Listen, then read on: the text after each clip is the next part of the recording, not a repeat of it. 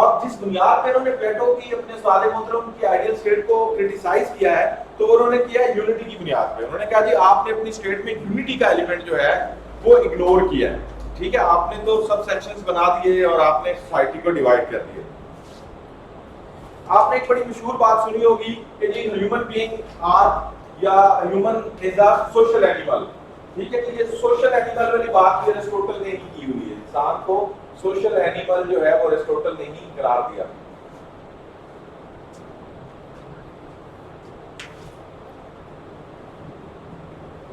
یہاں تک ایرسٹوٹل کے بارے میں آپ نے بایوگرافی اور general know as an political philosopher ان کو دیکھا ہے. ٹھیک ہے جی, لیکن کوسچن جو ہے وہ ایرسٹوٹل کا جو بن رہا ہے پچھلے کچھ سالوں میں, آپ کو پتا ہے کہ ہم نے الحمدللہ پورے پیپر میں اس اپروچ کو فالو کیا ہے کہ جو امپورٹنٹ ہے پچھلے 6-7 سال میں جس چیز کو فوکس کیا جا رہا ہے اس کو پڑھا جائے بجائے اس کے کہ آپ ان چیزوں کو پڑھیں جو ریلیونٹ ہو. ادروائز تو آپ کے علم میں ہوگا کہ آپ کے سلیبس میں جو ویسٹرن پولیٹیکل فلاسفرز ہیں, ویسٹرن پولیٹیکل تھاٹ میں وہ ٹوٹل 24 ہیں, اور جو مسلم پولیٹیکل فلاسفر ہیں مسلم پولیٹیکل تھاٹ میں وہ 11 ہیں.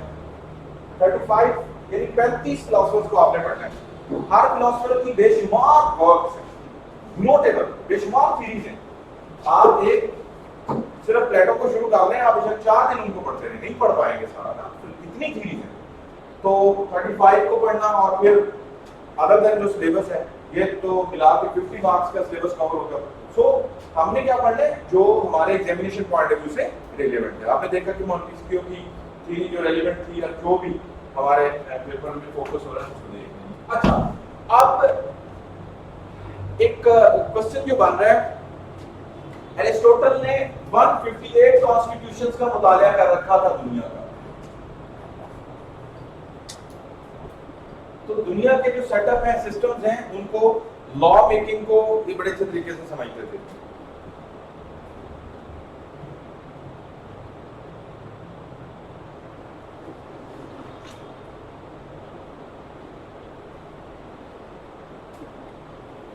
اچھا جی, کانسٹیٹیوشنز ویسے لاز کو, ڈفرنٹ لاز کو, کیونکہ انہوں نے 20 ایئرز وہاں لاز بھی پڑھے ہیں, فلاسفی بھی پڑھی ہے, میوزک بھی پڑھا ہے, جیومیٹری بھی پڑھی ہے, جیوگرافی بھی پڑھی ہے, جنرل نالج, تو کانسٹیٹیوشنلی بڑا اسٹرانگ تھا, کانسیپٹس ان کے بڑے کلیئر تھے. اچھا جی, اب اسٹیٹ کے بارے میں کیا کہتے ہیں, ہم اپنے ٹاپک کی طرف آ رہے ہیں ایگزامینیشن پوائنٹ آف ویو سے. اب مجھے اسٹیٹ لکھتے ہوئے آپ کو نہیں بتانے کی ضرورت کہ اسٹیٹ کیا ہے.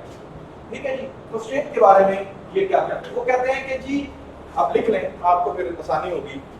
If the powers of the state, یا power of the state کر لیں, if the power of the state is used and exercised for the welfare of its public,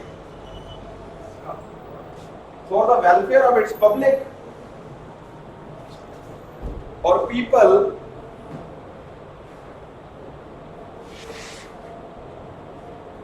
this state is considered a good moral and pure state.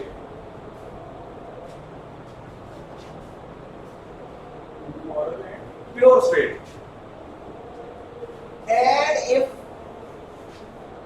And if the powers of the state are not exercised for the welfare of its people, and if the powers of the state are not exercised for the welfare of its people, then this state will be considered bad and corrupt.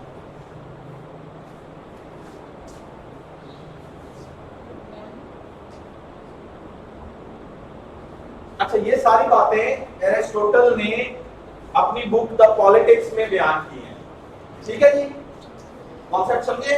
میں پھر آپ کو revise کر دیتا ہوں, میں پھر repeat کر دیتا ہوں. وہ کہتے ہیں کہ جی یہ اسٹیٹ ہے, آپ نے پڑھ رکھا ہے کہ اسٹیٹ کے اندر پاور کی بات ہوتی ہے یا سوورینٹی کی بات ہوتی ہے. تو سوورینٹی یا پاور جو ہے اگر تو اس کا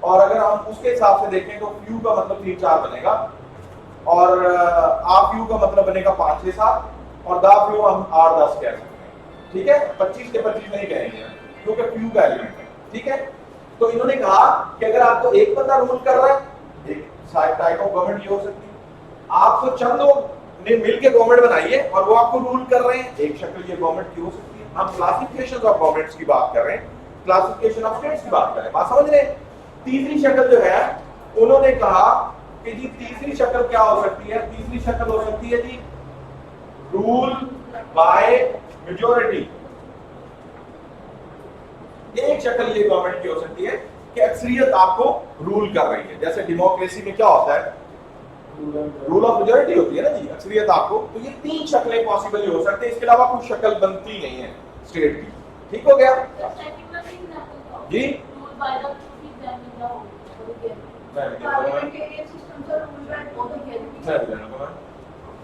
جسٹ ویٹ. اچھا جی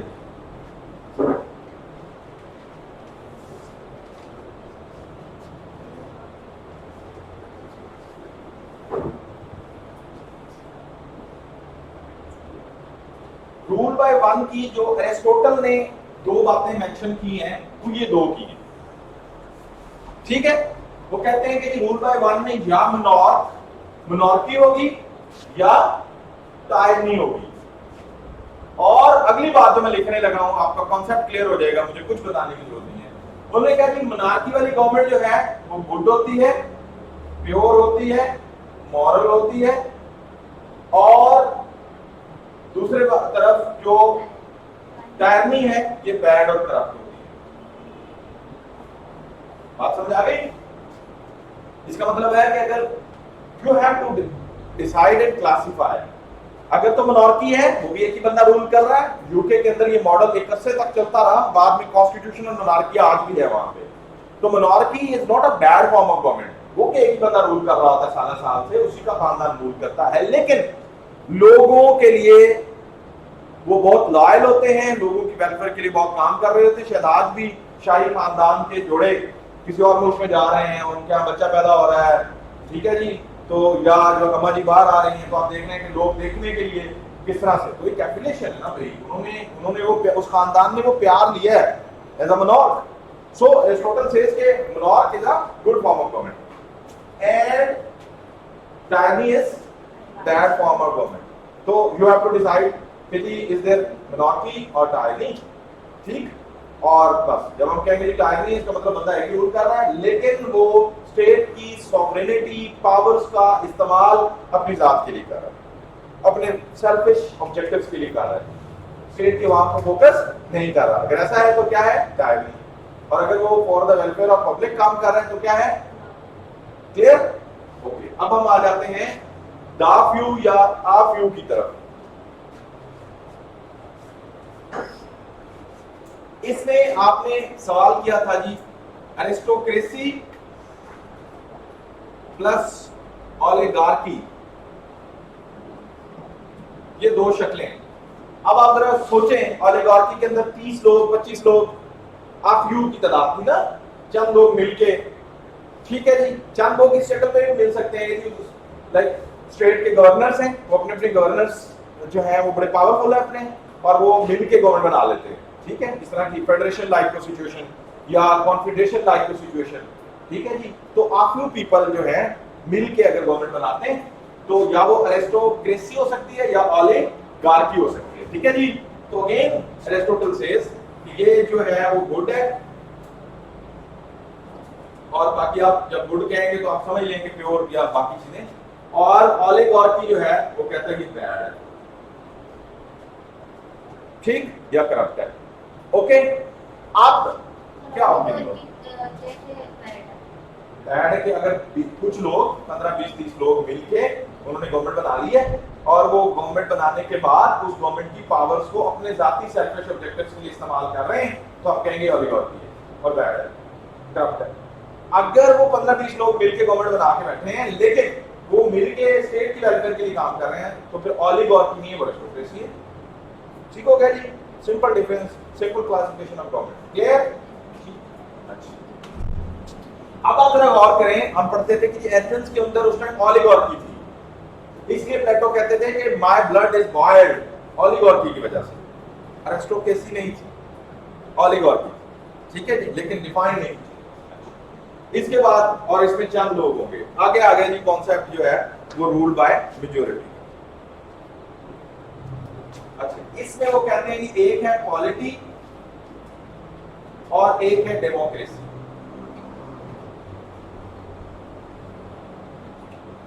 پالیٹی از گڈ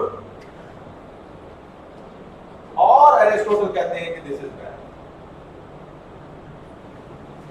ٹھیک, اس ٹائم چونکہ ڈیموکریسی کے تحت جو کچھ ہوا سوکریٹس کے ساتھ اس کے ایکسپیرینسز اتنے اچھے نہیں تھے.